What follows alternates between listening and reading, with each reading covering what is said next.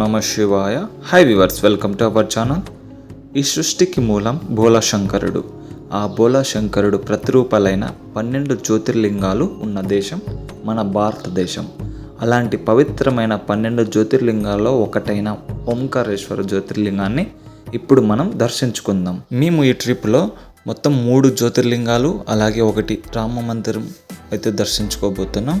మొదటిగా ఉజ్జయిని జ్యోతిర్లింగం దర్శించుకున్న తర్వాత ఇక్కడ నుంచి మేము ఓంకారేశ్వర జ్యోతిర్లింగానికి అయితే వెళ్తున్నాం. ఉజ్జయిని నుంచి ఓంకారేశ్వర టెంపుల్ వెళ్ళడానికి గవర్నమెంట్ వెహికల్స్ చాలా తక్కువగా ఉంటాయి. మేము లోకల్ ప్రైవేట్ బస్సుని తీసుకొని అయితే వెళ్తున్నాము. ఇక్కడ నుంచి 150 కిలోమీటర్స్ దూరంలో అయితే ఉంటుంది ఓంకారేశ్వర జ్యోతిర్లింగం. ఇక్కడ చేరుకోవడానికి 3 అవర్స్ అయితే పడుతుంది. అలాగే చిన్న ఘాట్ సెక్షన్ కూడా వస్తుంది ఈ రూట్లో అయితే. ఓంకారేశ్వర జ్యోతిర్లింగం ఎక్కడ ఉందంటే మధ్యప్రదేశ్లో కాన్వా జిల్లాలో ఓం ఆకారంలో ఉండే మందాత దీపంలో వెలిసిన శ్రీ ఓంకారేశ్వర జ్యోతిర్లింగం గురించి తెలుసుకుందాం.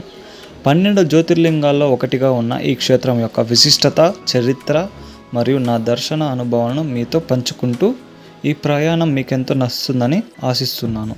Let's begin the divine journey. Omkareshwara జ్యోతిర్లింగం ఎలా చేరుకోవాలి అంటే, ఓంకారేశ్వర చేరుకోవడానికి విమాన, రైలు మరియు రోడ్డు మార్గాలు ఉన్నాయి. మొదటిగా విమాన మార్గం ద్వారా సమీప విమానాశ్రయం వచ్చేసి దేవి అహల్యాబాయి హోల్కర్ విమానాశ్రయం. ఇది ఇక్కడ నుంచి 77 కిలోమీటర్ల దూరంలో అయితే ఉంటుంది ఓంకారేశ్వర్. రెండో మార్గం వచ్చేసి రైలు మార్గం ద్వారా వచ్చి సమీప రైల్వే స్టేషన్ వచ్చేసి కాన్వా జంక్షన్. అక్కడ నుంచి 66 కిలోమీటర్ల దూరంలో అయితే ఉంటుంది ఓంకారేశ్వర్.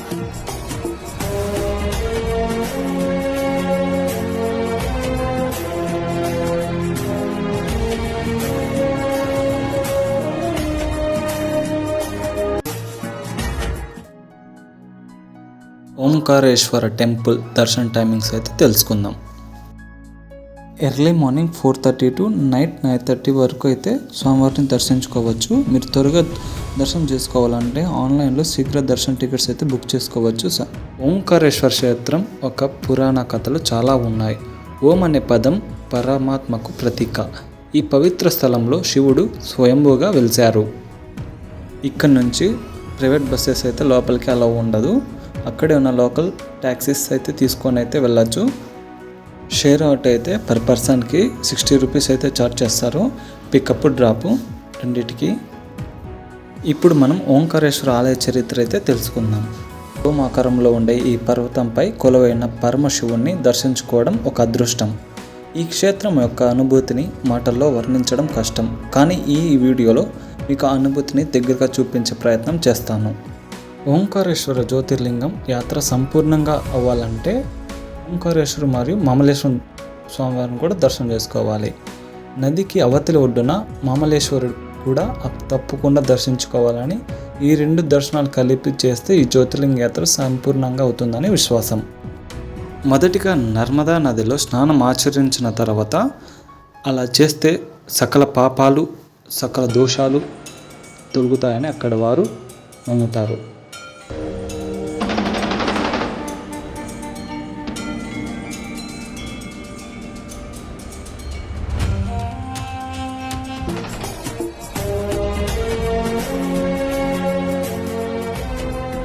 ఓంకారేశ్వర క్షేత్రానికి సంబంధించిన 3 ముఖ్యమైన పురాణ కథలు ప్రచారంలో ఉన్నాయి.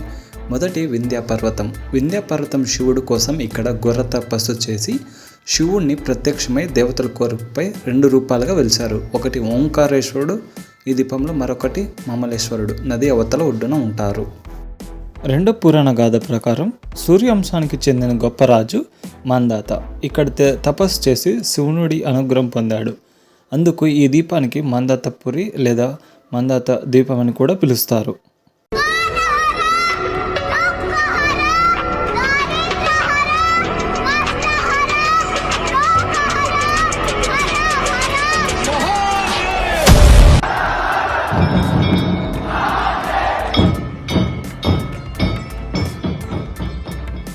మేము వెళ్ళినప్పుడు చాలా రష్ అయితే ఉంది. దాదాపు 5 అంతస్తుల క్యూ లైన్లో అయితే వెళ్ళాలి స్వామివారిని దర్శనం చేసుకోవాలంటే. దాదాపు మాకు 3 to 4 అవర్స్ అయితే పట్టింది స్వామివారిని దర్శించుకోవడానికి. ఇక మూడవ కథ ప్రకారం ఈ ప్రాంతం శైవ మతానికి కేంద్ర బిందువు. ఇక్కడ ఆది శంకరాచార్యుల వారు తమ గురువైన గోవింద స్వామిని కలుసుకొని ఉపనిషత్తులను భాషలను రాశారని చెబుతారు. మీరు ఆలయ సమాధానంలో ఆ గుహను కూడా చూడవచ్చు. ఆలయ నిర్మాణం 11వ శతాబ్దంలో జరిగిందని చారిత్రక ఆధారాలు చెబుతున్నాయి. ఇక్కడ శివలింగం ప్రకృతి సిద్ధంగా ఏర్పడిందని, మానవ నిర్మితం కాదని భక్తుల ప్రగాఢ విశ్వాసం. ఈ ఆలయం నర్మదా నది చుట్టూ ఓ మకరంలో ఒక దీపంలా ఉంటుంది.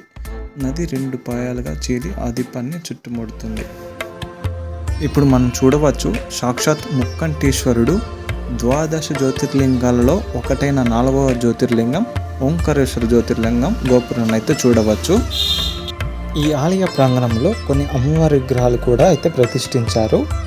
ఈ వీడియోలో సాక్షాత్ గర్భగుడిలో ఉన్న ఓంకారేశ్వర జ్యోతిర్లింగం అయితే చూడవచ్చు. ఇక్కడున్న శివలింగం పంచముఖంగా అయితే దర్శనమిస్తుంది.